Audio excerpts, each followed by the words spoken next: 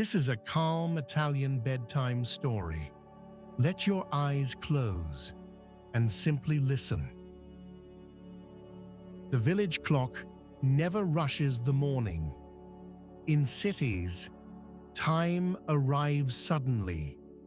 Alarms, engines, doors. But in small Italian villages, morning is never announced like an interruption. It is introduced, slowly, first through the air, then through the stone streets that still hold the night, and only after that, through the bell. Not loud, not urgent, just one measured strike that leaves the tower, crosses the rooftops, and settles into the valley below like a breath. Because here, the clock tower does not wake the village. It listens to it first. The tower stands above everything, older than most houses, older than many of the names carved into the cemetery stones at the edge of town. Its stones have learned the rhythm of seasons so well that time no longer surprises them. They absorb it. The narrow staircase inside climbs slowly upward, spiraling through the tower's quiet interior. The steps are worn smooth by centuries of careful feet. Stone that has been touched so many times, it has become soft. At this hour, the tower is awake before the village, not because anyone ordered it to be, but because someone always arrives early. The man who climbs the tower does not hurry. He never has. In a place where bells guide the morning, haste would be considered disrespectful.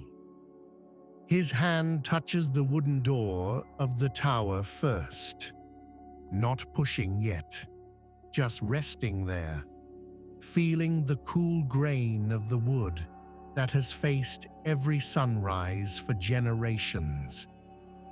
Then the door opens, slowly. It creaks the same way it always has. The sound travels briefly through the empty square outside. No one hears it, but the sound still matters. Every small movement matters at this hour. Inside, the tower smells of old stone and metal and something else. Dust warmed by centuries. The narrow window, halfway up the staircase, lets in a faint breath of air from outside. The night has not fully left yet. The sky is still dark blue. Somewhere beyond the hills, morning is waiting. But it has not arrived. Not here, not yet. The man climbs. One step, then another. He does not count them. He learned their number when he was young, and after enough years, numbers stop being necessary.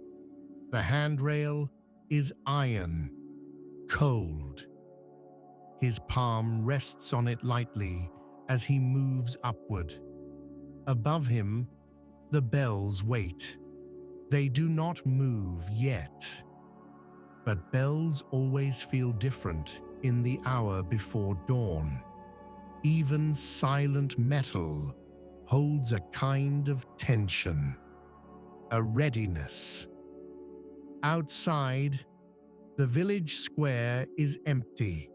Stone houses sit close together, their shutters closed. Balconies lean slightly forward, like quiet observers. Flower pots remain where they were left the evening before. Geraniums, basil, sometimes rosemary. The air smells faintly of damp stone and night grass. Down one narrow street, a cat crosses the paving slowly. Its paws make no sound. The village fountain continues its quiet work in the center of the square. Water falls into the basin the same way it has fallen for hundreds of years. Steady, patient, a sound so constant that people who live here no longer notice it. But the tower hears it. The tower hears everything.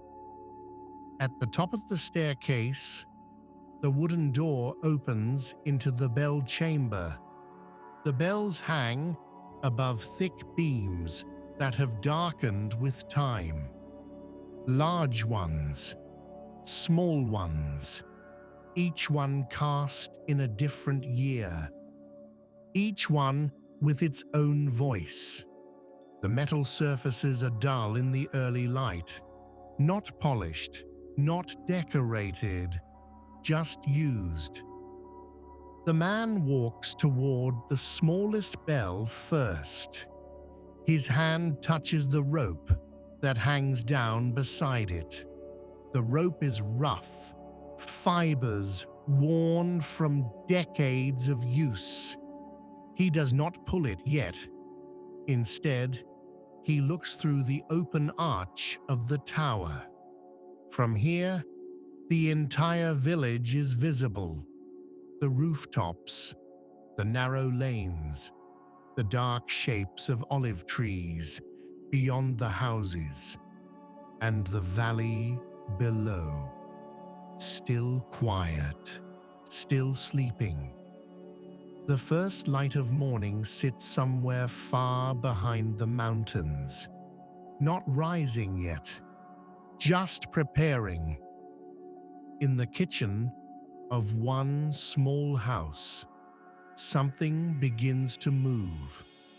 Not a person, a curtain. The window was left slightly open during the night. The cool air of the valley slips inside gently. It lifts the curtain once, then lets it fall again. On the wooden table below the window, a loaf of bread rests under a cloth. Next to it sits a ceramic bowl, empty, waiting. The kitchen is not awake yet, but it is beginning to remember morning. Back in the tower, the man finally moves the rope. Not a full pull, just a test. The bell above him answers with the smallest vibration, not a sound, more like a memory of sound. Satisfied, he nods once. No one sees the gesture, but the bells understand. The first chime of the village clock does not try to be loud. It simply exists, a single deep tone. It leaves the tower slowly, crosses the rooftops, slides along the stone streets, and drifts outward into the valley. The sound does not break the silence. It joins it. In one house, a woman shifts in her sleep. In another, an old man opens his eyes briefly before closing them again. Somewhere, a wooden shutter creaks as the night air cools the hinges. The village is not awake yet, but it is listening. The bell rings again. A second tone, then a third. each one spaced far enough apart that the air has time to settle between them. This is why the clocks here chime differently. Not faster, not louder, but slower. Because the village does not wake all at once. It unfolds.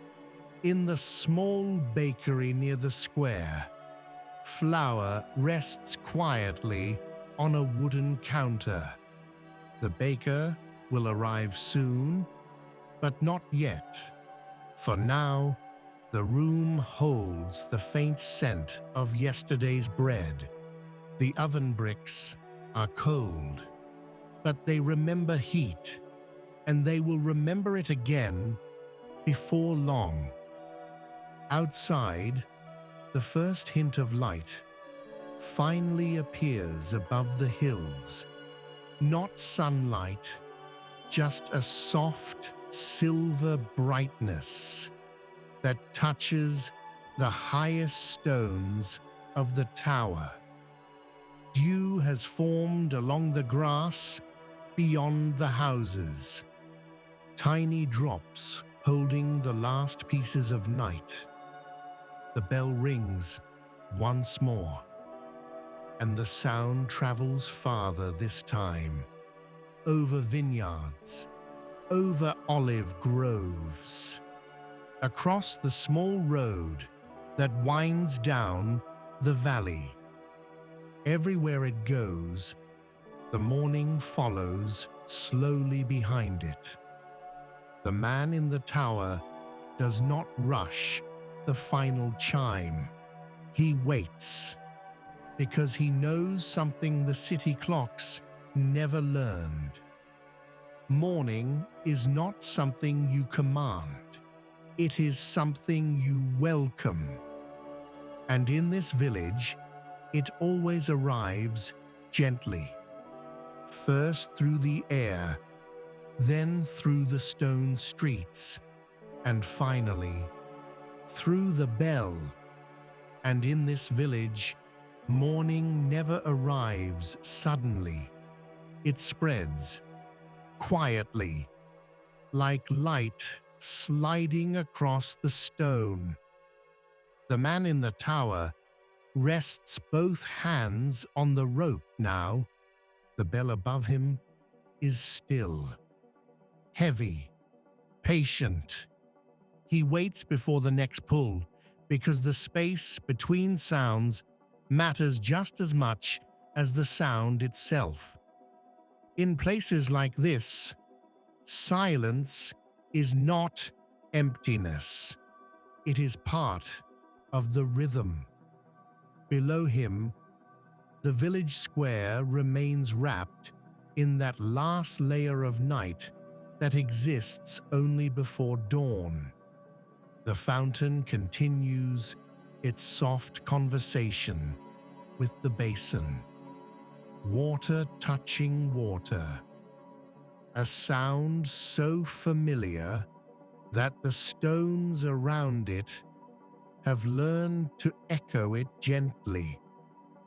A wooden bench beside the fountain holds the coolness of the night. No one sits there yet, but the bench remembers the men who will arrive later in the morning, newspapers folded under their arms, coffee cups warming their hands. Those hours are still far away. For now, the village belongs to slower things. The rope moves again. The bell answers. A deep bronze tone that leaves the tower slowly, as if it understands that rushing would disturb something delicate in the air. The sound travels along the rooftops, clay tiles still damp with dew, small chimneys breathing the last warmth of the night from kitchens below. One narrow street carries the sound farther than the others. It slopes gently downward toward the edge of the village. And along that street, the first window opens. Not fully, just enough for a hand to reach out and test the air. The hand belongs to an old woman who has opened this window almost every morning for 40 years. She does not look at the tower. She does not need to. She knows exactly which chime it was. Her fingers rest briefly on the wooden frame, feeling the coolness, feeling the morning before it becomes visible. Then the window opens a little wider. Inside the house, the kitchen is still dark, but the room already understands what comes next. A small metal coffee pot waits on the stove. The mocha pot has been left ready since the night before. Water already measured, coffee already filled. This is how mornings begin here. Prepared before sleep.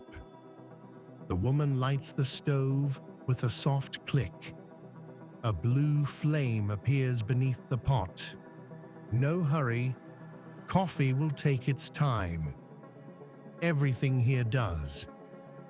Back in the tower, the man steps closer to the open archway. The valley is changing now. The darkness is lifting slightly from the fields below. Olive trees are becoming shapes again instead of shadows. The bell rope sways gently beside him. He does not stop it. Movement like that belongs to the tower. It has always belonged. He places one hand against the stone wall beside the bell. The stone holds the memory of colder nights and warmer days. Generations have leaned against this same wall while waiting for the next chime. Fathers, sons, and sometimes men who were not born here but stayed long enough to become part of the rhythm anyway.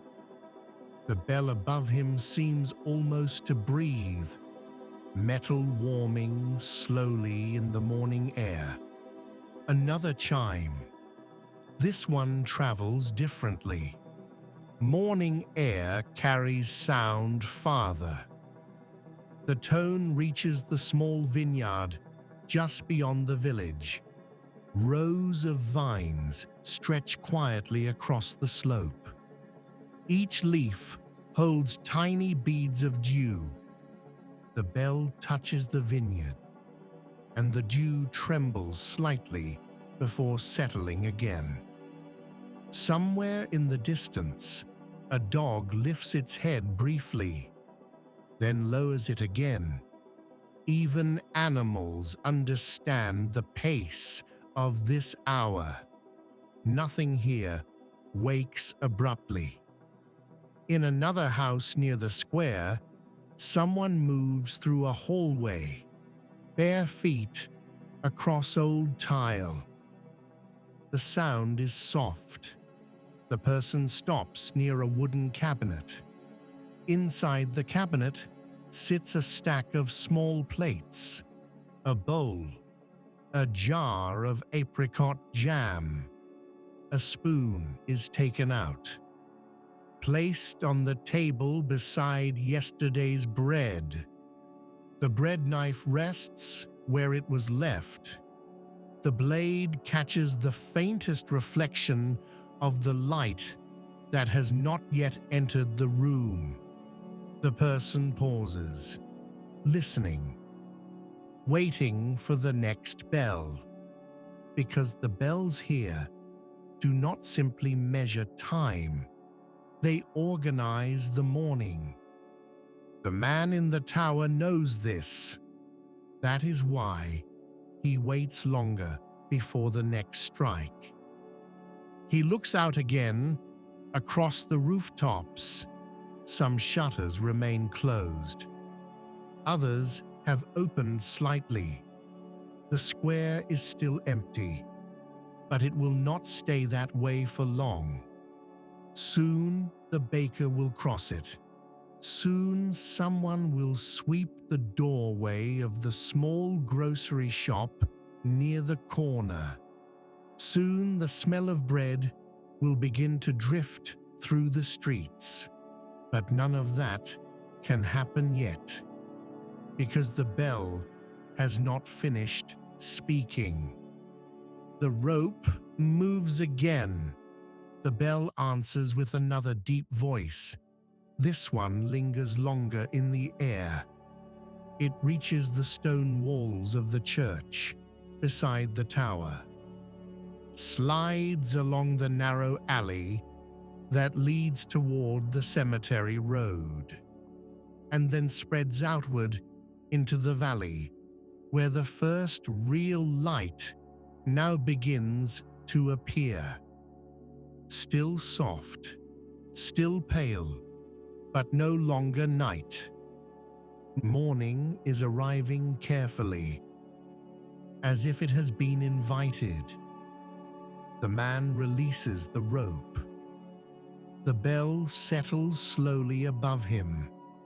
Silence returns. But it is not the same silence that existed before. This silence carries the memory of the sound, and the village carries it too. In kitchens, where coffee begins to rise inside metal pots. In bedrooms where blankets shift as people turn toward waking. In streets where the air grows lighter by the minute. This is why the clocks here chime differently.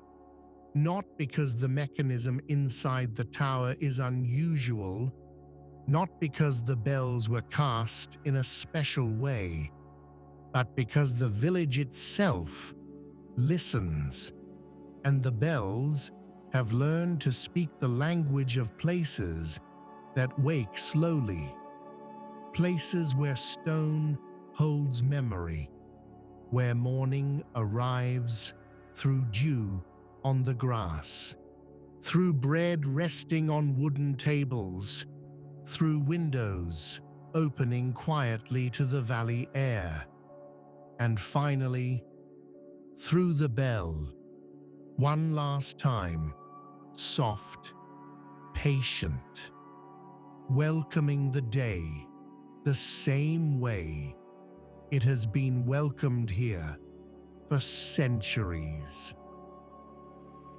More Italian bedtime stories coming very soon. If you enjoyed this moment of calm, subscribe and like the video for more gentle storytelling.